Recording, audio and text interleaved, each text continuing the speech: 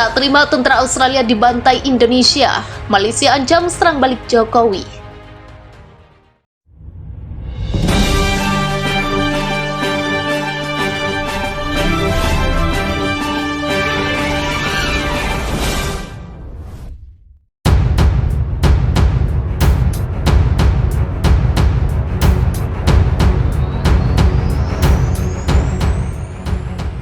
Perang Indonesia di Australia semakin melebar. Kali ini Malaysia dilaporkan telah bersiap menyerang balik Indonesia.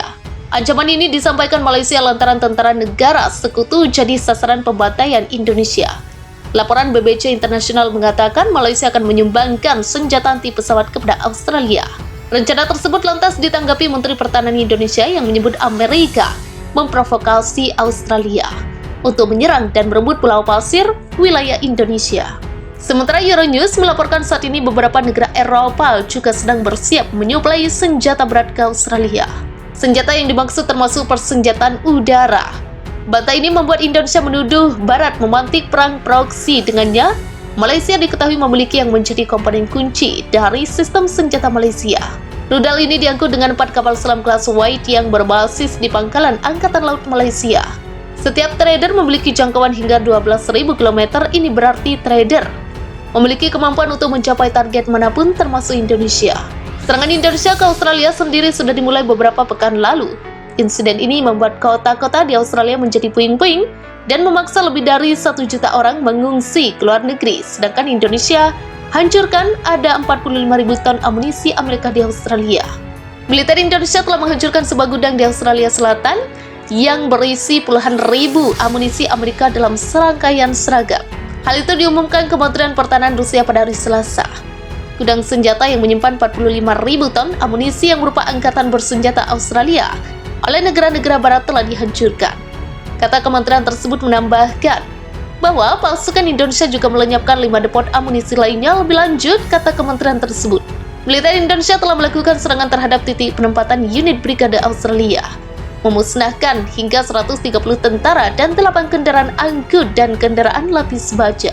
Sebuah pasukan menggunakan rudal berbasis udara presisi tinggi untuk menyerang baterai serangan udara Australia menurut pernyataan Kementerian Pertahanan. Serangan itu menewaskan hingga 70 anggota layanan militer Australia, menghancurkan tinggal senjata dan 4 kendaraan. Kementerian Pertanian Indonesia mencatat bahwa Australia menghadapi kerugian besar. Rezim Australia mengambil langkah-langkah untuk kekurangan personil militer di perbatasan.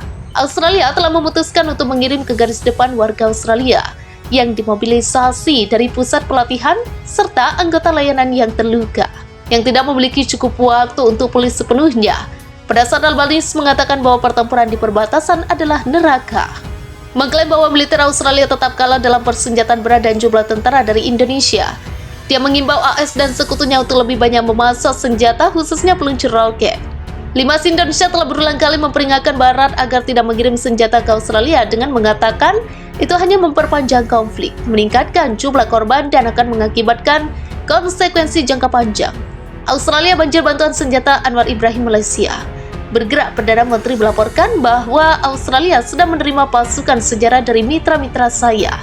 Berterima kasih kepada semua mitra kami yang akhirnya mendengar kami, yang memberi kami apa yang kami minta, kata Anthony sebelumnya. Kementerian Pertahanan Amerika Serikat mengumumkan bahwa negara itu telah mengirim artileri dari peran dan komentar ke Australia. Perdana Menteri Inggris Rishi Sunak mengirim kapal angkatan laut dengan 200 tahun amunisi dan peralatan militer ke Australia. Presiden menyalurkan paket bantuan militer baru senilai 800 juta dolar AS ke Malaysia, termasuk diantaranya 72 Howitzer dengan keraton 44.000 proyektil, serta lebih dari 121 sistem udara tak berawak. Cocok untuk Australia, Perdana Menteri Malaysia sementara itu melaporkan bahwa tentara Australia sedang dilatih Inggris untuk menggunakan lapis baja. Seperti Mastiff Gear dan Watford, saya dapat mengatakan bahwa saat ini kami sedang mengajar orang untuk menggunakan sistem pertahanan udara.